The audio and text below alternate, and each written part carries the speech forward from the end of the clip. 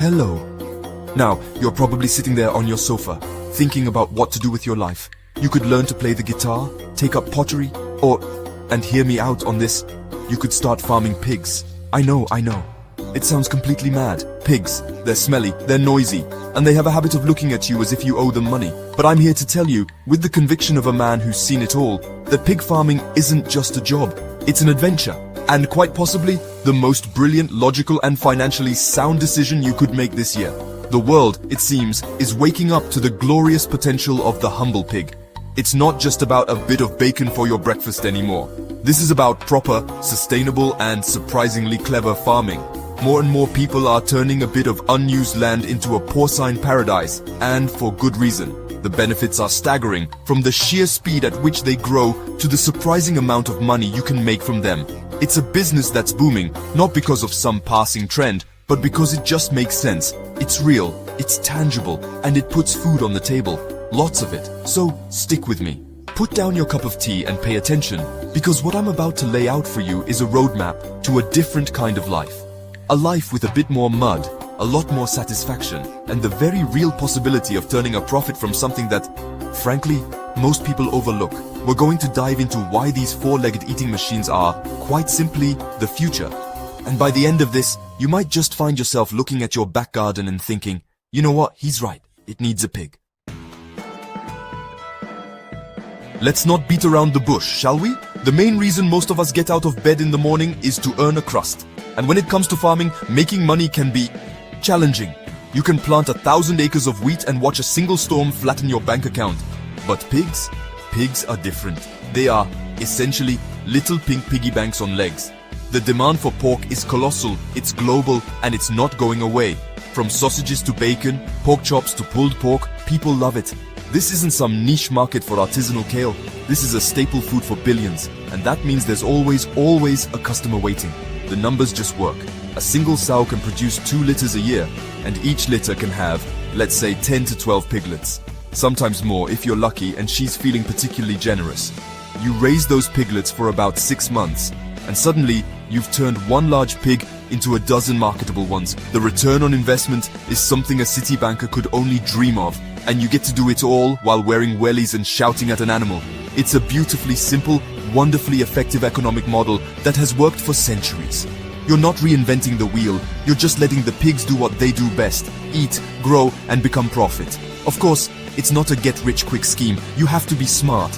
You need to manage your feed costs, keep them healthy, and find a good market, whether it's local butchers, restaurants, or farmers markets. But the potential is enormous. Unlike my sheep, which seem to have a biological imperative to find new and inventive ways to die, pigs are generally quite robust. They have one job: to get fat, and they are spectacularly good at it. If you put in the work and the planning, the financial rewards are there for the taking, and they are substantial. It's proper satisfying muddy boots capitalism. Now, I know what you're thinking. Sustainability? Clarkson! I mean, Emmanuel, you're talking about farming. How can that be sustainable? Well, listen up.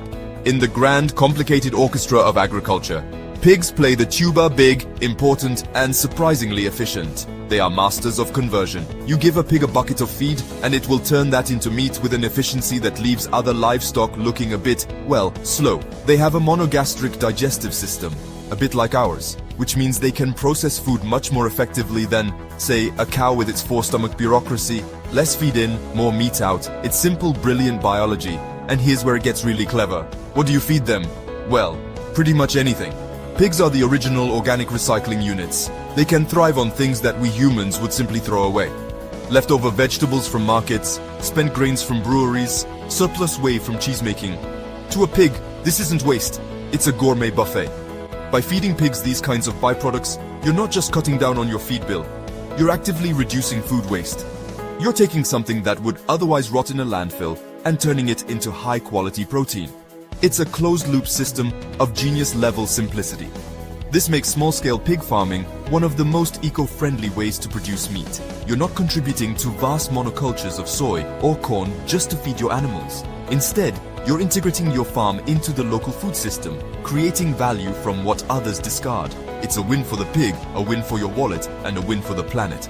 So the next time someone lectures you about the environmental impact of farming, you can lean on your gate, look them squarely in the eye, and tell them all about your carbon-guzzling, waste-recycling, four-legged eco-warriors.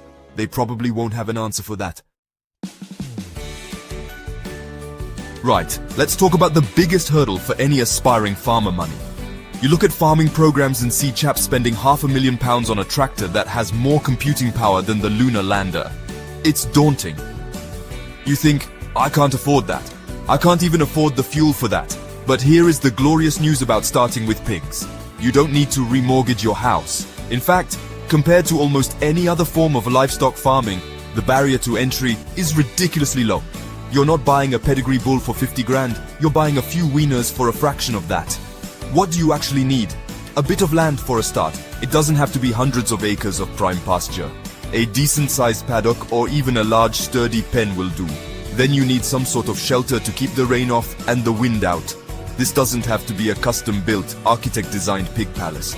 A simple ark, a basic shed, something cobbled together from timber and corrugated iron. Pigs are not fussy guests, as long as they are dry and have clean bedding.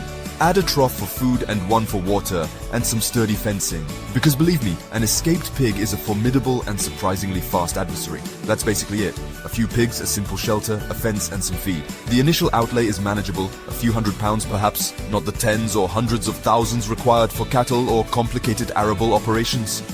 You can start small, learn the ropes, see how it goes, and then scale up as you start to turn a profit. It's the sensible, cautious and intelligent way into the world of agriculture. You can dip your toe in the water without the terrifying risk of being immediately swept out to sea by a tidal wave of debt. It's farming for the rest of us. In farming, you often play the long game. You plant a tree and wait a decade for the fruit. You raise a bullock and wait 2 years for it to be ready. It requires the patience of a saint, which I can assure you I do not possess. This is another area where the pig is king.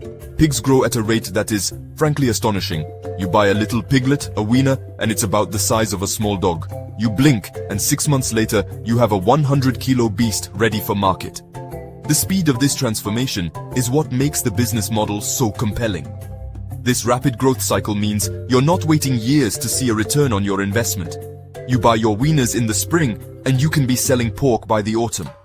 This fast turnaround allows you to reinvest your profits quickly, perhaps buying more pigs, improving your infrastructure, or just treating yourself to a pint down the pub without feeling guilty. It removes a huge amount of the long-term financial risk and uncertainty that plagues other farming sectors. You can plan your year, your cash flow, and your business with a degree of predictability that is incredibly rare in this game.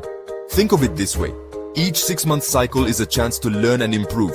Did you get the feeding regime right? Could you improve their housing? Was your choice of breed the best one for your market? Because the cycle is so short, you get to implement what you've learned almost immediately on the next batch. It's a constant rapid feedback loop. You're not stuck with a bad decision for years on end. You can adapt, pivot, and refine your operation twice a year. This ability to learn and grow quickly as a farmer is just as important as the pig's ability to grow quickly themselves. When you think of a pig, you probably think of meat, bacon, sausages, ham. And you're not wrong, that is their primary purpose. But to see a pig as just a walking meat locker is to miss half the story. These animals are spectacularly versatile.